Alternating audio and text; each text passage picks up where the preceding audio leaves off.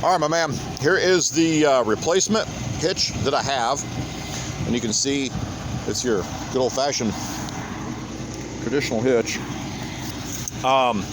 The length is right at the same on the length of this I-beam. So right at 112. It's the same. However, this plate right here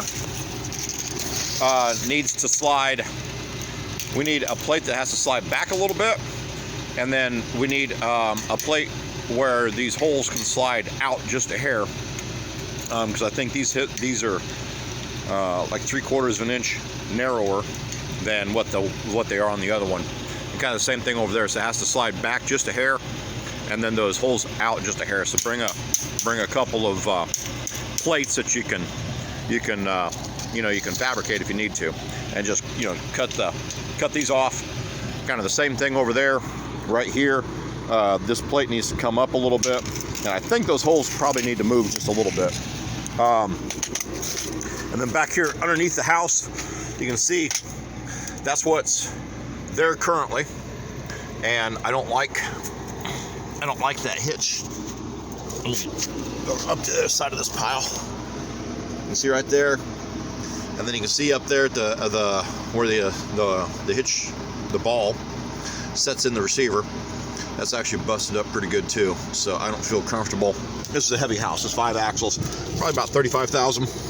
I don't feel comfortable cruising down the highway with this hitch supporting the weight. With all that corrosion there, it's hard to see, but with all that corrosion, I could see the hitch just kind of boop, giving it up and just kind of flipping up and setting this thing down on the highway. So at any rate, that's what I got. You can see right here, that's what the old one is. I'm kind of coming back. There's the other old one, the old holes right there. But like I said, the distance between these holes, actually, let me show you. See, these are diagonal, and there is right at, get my head out of my ass, about 6 5/8 center to center on those holes.